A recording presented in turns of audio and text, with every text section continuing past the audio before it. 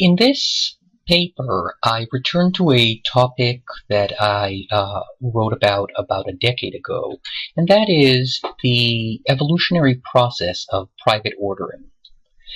The opening question is, what is the driving issue that determines the evolution of private ordering? Is it competition over the efficiency of norms, or is it competition over the efficiency of the norm enforcement? The dominant view in much of the literature is that private legal systems compete over the efficiency of their norms.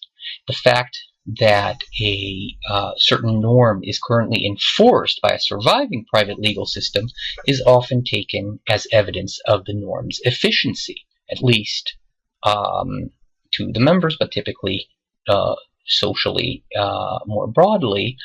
And that comes from the assumption that it is the efficient norms, private legal systems that endorse efficient norms, are the ones who survive, and ones that have less efficient norms end up extinct. But if this were correct, then we would expect an enforcement landscape that is very fragmented. That is, we'd expect to see a large number of private legal systems, each enforcing a small number of norms, perhaps just one. The reason is that there is no particular bottleneck, no barriers to entry to coming up with efficient norms. Indeed, we would expect that the knowledge of which norm is efficient would be very widespread depending on the topic of the norm, so that a person who or a group that would know what norm is efficient in one sphere of human activity would not know what norm is efficient in other spheres. And yet, the empirical literature on private ordering shows almost the exact opposite to be true. That is, we see typically one, occasionally a few, small number of private legal systems, each enforcing a large number of norms in a very wide sphere of human activities. One example is trade and craft guilds, extensively written on in the empirical private ordering literature. Another is religious courts. Besides the near monopoly that it seems a single private legal system holds on private ordering in this literature, we see another common trait to the various examples, and that is that at their core is a collaborative norm, typically one that provides shared identity, religious, social, occasionally ethnic, and in this paper, I try to explain those two traits. Why do we find predominantly a concentrated landscape of a single private legal system enforcing many norms, and why at the core of this private legal system stands a collaborative norm? To explain that, I view the competition or the evolution of private ordering through competition over enforcement. And so I look at enforcement costs and differentiate between different norm enforcers depending on the enforcement costs they have. I'll start with looking at competition between different types of norm enforcers, with private legal systems being just one type, and then I'll move to competition among private legal systems. So the public enforcement, that is our legal system, relies on the ability to use physical force. It's the only norm enforcer that has the legitimacy to use physical compulsion. And because of this, it is the most effective enforcer in the sense of getting people to comply with any given norm. The first-person enforcement is self-enforcement in the sense of a person following a certain norm, even if no one else knows whether they followed it or violated it. That can be driven by self-interest if the norm is simply one that is beneficial to the interests of the individual, or it can be a result of morality or identity. That person simply is the kind of person that behaves in a certain way, regardless of whether it's in their interest or not. The advantage of first-person enforcement is, when it is effective, that it is the lowest cost enforcement. In fact, all the costs are borne by the individual. There are no costs to society as a whole, and the individual does not view this typically as a cost, in the sense that they view it simply as the behavior they would do given their interests and given their identity. Second-person enforcement, or bilateral contracting, relies on self-enforcing contracts between parties, and they're self-enforcing, unlike first-person enforcement, not because each party feels compelled personally to follow their promise, but rather because they exchange collateral. Sometimes we speak of actual collateral, some sort of assets that the other side has that they can take and confiscate if a party breaches their promises. In other cases, we're talking about the collateral is the ability to continue to transact with that individual. That is, once you've broken your word once, the counterparty might refuse to deal with you in the future, and so you see that, the future transacting with that party, as a collateral that they hold and that you don't want confiscated, so you follow your promises.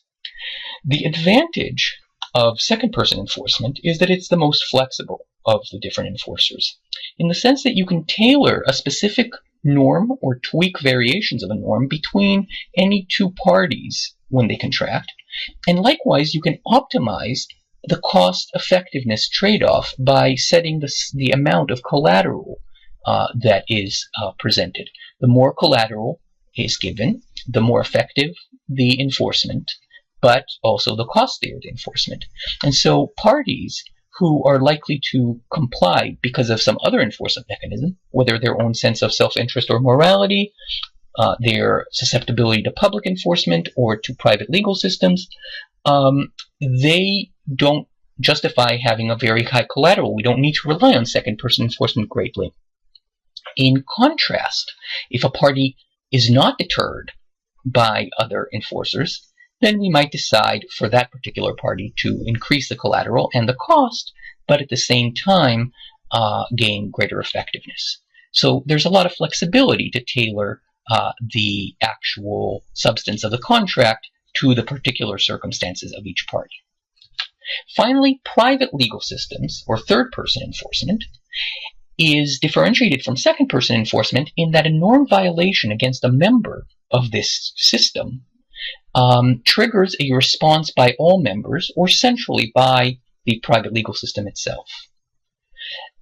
While the third-person enforcement is not the most effective, nor the lowest cost, nor the most flexible, it is a good compromise. It is typically a number two that would be good when you do not need to maximize on one of the other criteria.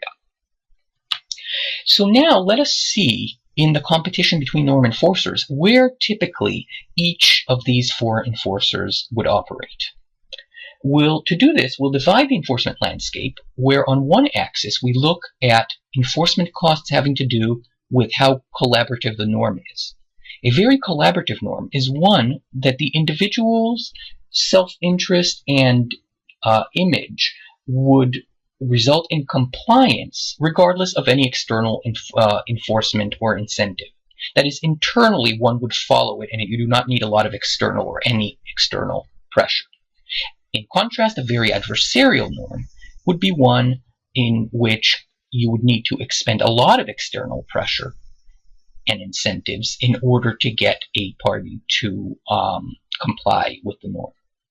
The other component of enforcement costs is on the other axis, and that is the environment. A harsh environment with high enforcement costs is one with powerful members that specific members have a lot of power, both compared to the group as a whole and compared to individual members of the group. Also, heterogeneous preferences, because a group with heterogeneous preferences would have a harder time agreeing on enforcing and punishing, or even agreeing on the norm to start with. And finally, fluctuating membership, that is an environment in which the population subject to the norm keeps changing. Some people drop out, other people join all the time. A benign environment, in contrast, would just have the opposite traits and have low enforcement costs, putting aside the costs of the norm itself. The public legal system mostly operates on the high enforcement cost edges of this landscape. This is the area that requires coercion. That is, if the public legal system would not operate there, no norm enforcer can operate. Of course, the public legal system can choose to operate elsewhere, and sometimes does, and it can choose not to operate where it has when it's the only game in town, and then that norm will go unenforced. But where it would optimally operate if it didn't try to take over additional territory but did try to enforce the norm where it's not otherwise enforced would be at those edges, the very adversarial norms and the harsher environments. First-person enforcement operates at the edge where there are very collaborative norms regardless of the environment, because by definition, a very collaborative norm is one where the individual does not require a lot of or any external incentives. So those would be the cases where first-person enforcement would be the operator to induce compliance. Second-person enforcement operates in the area, preliminarily in the area where there's a benign environment, and it operates better the less adversarial the norm, but once it moves beyond a very benign environment, it has a very difficult time enforcing norms. The reason is that its compliance cost, the collateral you need to place, becomes quickly very high when you have some members who are very powerful. For example, if I have a dealing with a store, the only store in town that can buy a certain product, even if they make a promise and then renege, I have no option but to go back to them. They're the only game in town. So a contract would not protect me. Their reputation as collateral would not protect. I would need to demand very high collateral, which would be very costly, in order to ensure their compliance. The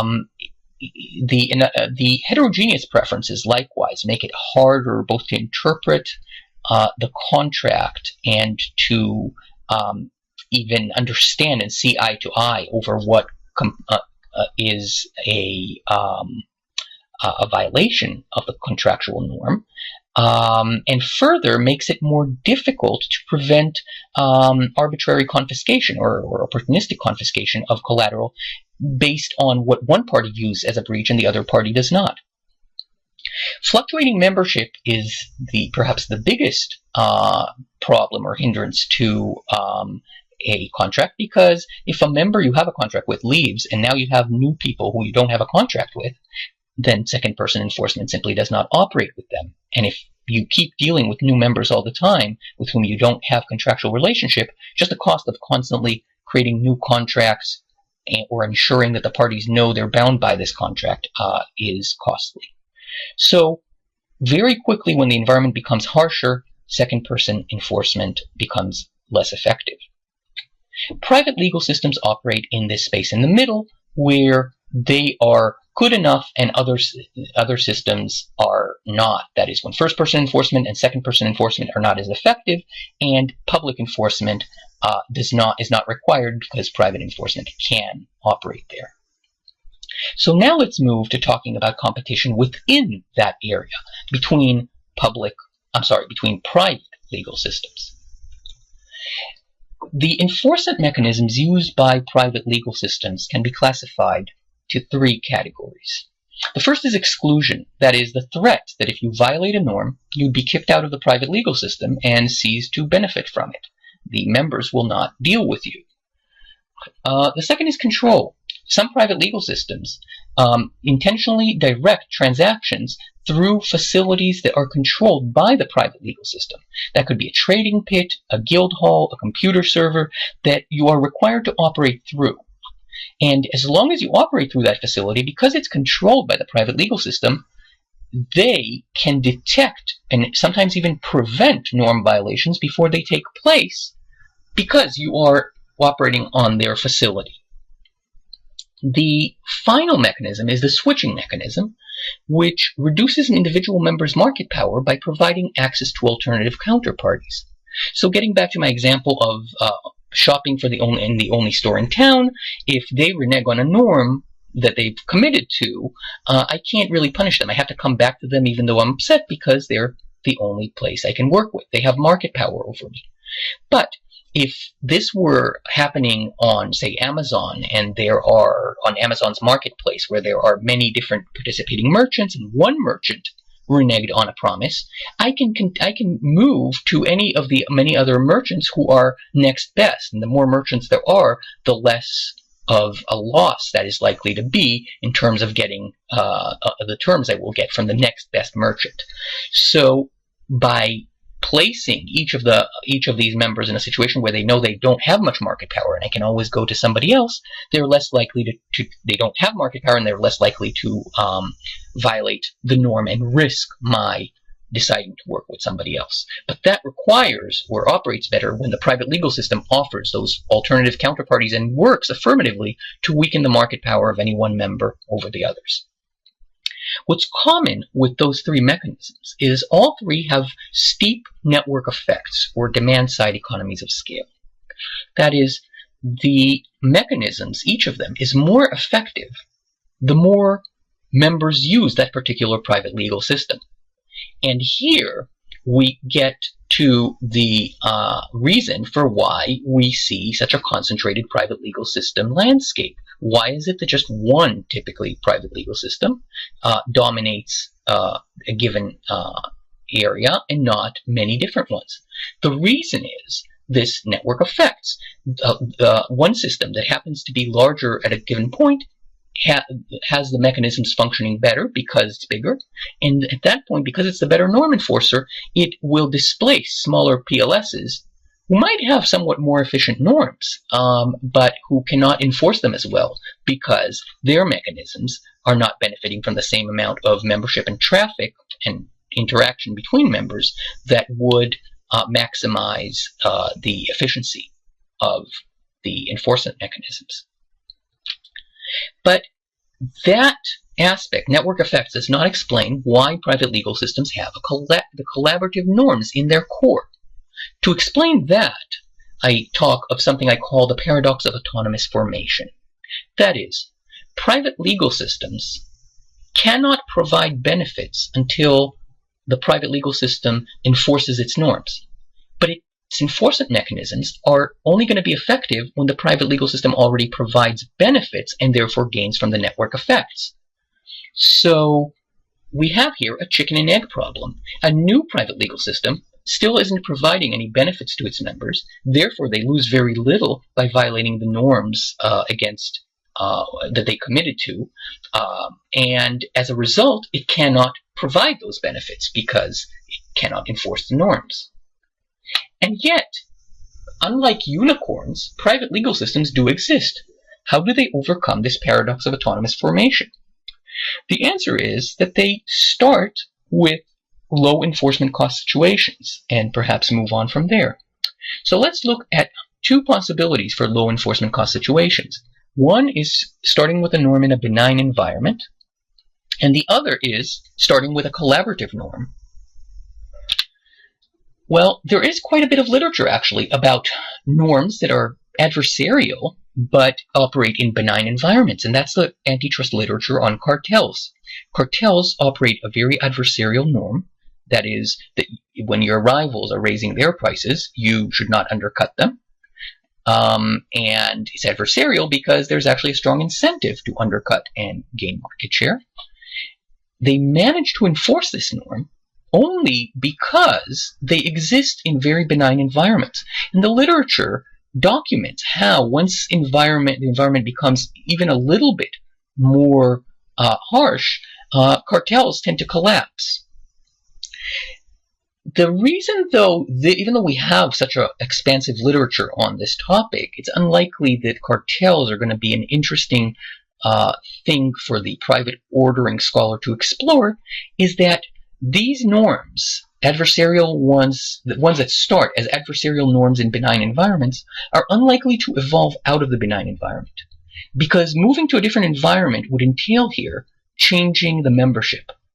That is, you'd have more fluctuating membership, more heterogeneous membership, and those new members are not benefiting from the original benefit that the cartel operated in. The cartel typically operates just in this for the few firms in a benign environment, and so the new members aren't getting any benefit from the existing enforcement, and they have no reason to comply with the norms they promised to comply with. As a result, we are likely to see cartels start in a benign environment and stay in a benign environment, and not expand to enforce more things from that beginning, even if they remain effective cartels in their environment. That makes them less relevant for private ordering scholarship, because private ordering scholarship looks mostly at the private legal systems that act most similarly to the public legal system. That is, operating in harsh environments with diverse, heterogeneous incentives and with a constantly fluctuating membership, as well as big differences in the amount of power different individuals have within the group. Which brings us to the second way to overcome the paradox of autonomous formation, and that is, you enforce initially a collaborative norm. And shared identity happens to be a particularly collaborative norm. First of all, the norm provides benefit in the sense of belonging, a sense of identity, even if not all others comply. I don't need everybody around me to share my identity or a particular identity in order for me to feel good about having that identity. In fact, the existence of some outsiders helps me define myself in contrast to the outsiders, to those who don't choose to follow the norm. In addition, by creating a sense of identity, you're having first-person enforcement or self-enforcement subsidize the private legal system's enforcement cost. People, because of their identity, would simply follow certain norms even if you didn't try to force them to. Finally, shared identity over time actually is likely to make the enforcement environment more benign. First, by increasing preference homogeneity. People that share an identity over time tend to also share additional preferences. In addition, it reduces membership fluctuation because it is hard to get accepted to a particular identity group very quickly.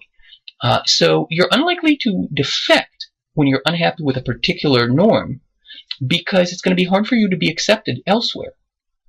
Bob Ellickson, in his well-known book and article on Shasta County, California, talks about how the natives of Shasta County consider people who had lived there for a decade or more as outsiders. You need to live there for a generation or two to be considered from here. So leaving some other system and going to a new one might make you an outsider for quite a long time.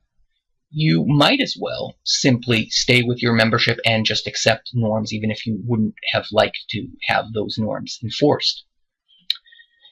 Most importantly for our work, unlike cartels and other adversarial benign environment norms, a collaborative harsh environment norm can evolve into new enforcement territory, that is, expand into more adversarial norms. Here's how it works. First, the private legal system begins by enforcing a very collaborative core norm. Shared identity is a typical one. Once you succeed in enforcing the core norm, which is not hard because it's a collaborative norm, the private legal system offers benefit to members, and that enhances its enforcement mechanisms. The enhanced enforcement mechanisms now allow the private legal system to force compliance with more adversarial expansion norms, and with each successful enforcement of a new expansion norm, you're adding to the benefit from membership, and as a result, you're giving the PLS more enforcement power for yet more adversarial expansion norms later down the road. For example, imagine a private legal system that begins as a group participating together in a religious service. And you don't need to compel them. They enjoy the participation. They enjoy both the services and the fact that it's done in a group. Once you're offering them this benefit, you can now threaten to take the benefit away by kicking out a member who does not deal honestly with the congregation members, with the other members. So maybe before you wouldn't have wanted to commit yourself to such a norm, but now, knowing that otherwise you also lose the benefit of the religious services, you will deal honestly with congregation members. Now you're getting increased benefit. Not only do you enjoy and appreciate the religious services, but you can trust the members of your congregation more than just any stranger. This means that you're giving even more benefits of belonging, and you can threaten with expulsion from the group if another new expansion norm, more adversarial one, is not enforced. In this case, let's say supporting the poor, where the wealthy in the congregation are supposed to support the poor. And again, once you enforce this, you are adding social insurance to the benefits of membership, perhaps paving the way for yet more adversarial norms to be enforced.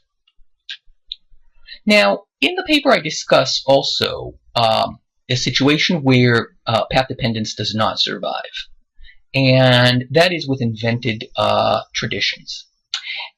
This had been around the 80s mostly an issue of interest for some historians. There are a few recent articles. It seems to have a little bit of a revival, and it looks at the situations in which there are documented examples of manufacturing a sense of identity based on symbols and stories that are falsely perceived to be old, established, and true. Trevor Roper, wrote on the myths of Scottish nationalism and the politics of the unified Great Britain that led to the demand for these stories and myths about Highland culture. Finkelstein and Silberman argue that the unified monarchy of Judea and Israel is a myth, and hypothesize as to the political situations in biblical era Judea that would lead to a demand for creating such a myth. When it is possible to invent a tradition, a new private legal system can overcome path dependence, launching the invented tradition at the same time as the expansion norm. That means that if it's easy in a certain situation to invent a tradition, private legal systems will compete over norm efficiency. You will have an efficient norm, and then you, rather than others, is going to come up with the tradition that you invent, and that will give you the core norm that bolsters enforcement. That is, if people actually believe this invented tradition and feel a sense of shared identity. So with this, I open it up for your advice as to the path ahead. And in particular, I'm happy to receive any comments on the paper, but I am curious for feedback on two particular issues. The first is better modeling of the role of identity and culture in this framework. What are the constraints on invented traditions? There must be some constraints, or else we would see private legal systems, again, as we speculated initially with competition over norms, we'd see many, many different private legal systems, each enforcing just one or two norms, and then they have an efficient norm and they simply invent a tradition. Clearly that's not the case. There are some limits, and yet some invented traditions exist. I wonder whether there is any analysis that exists on the constraints, and when do we see invented traditions and when do they not succeed. The next point is, why do we care about the fact that something is a tradition? Why does it matter that a norm or identity is ancient to make it more compelling? Here are a few suggestions, but I'm happy to think of other reasons. One is that the fact that something had been existing for a while means it's the status quo, and I know where I stand, where my payoff is with this status quo. On the other hand, I don't know how balances of power and benefits will shift if we adopt a different kind of identity or new kinds of norms. And so as a result, that makes it more risky, and I'm somewhat more averse to taking a chance on this change. Another argument could be that the fact that an identity or a culture or a norm are ancient means they've developed an ecology of supporting institutions and ideologies that are harmonious with each other and with this culture. Whereas if you're suggesting a new identity to me, I might later discover that some of my other values, some of my lifestyle, my ideology conflicts with this identity. And that is a risk. I might have conflicting ideologies as a result, or conflicting institutions that don't work with the existing ideology, creating pressure that does not exist if this is already an ancient or existing identity. The second point is to try and fit the macro model that I create here, sort of from the top down, of which norm enforcers there are, with the micro model that I use in my corporate governance research and teaching. We've talked about the enforcers in the macro model, the four enforcers.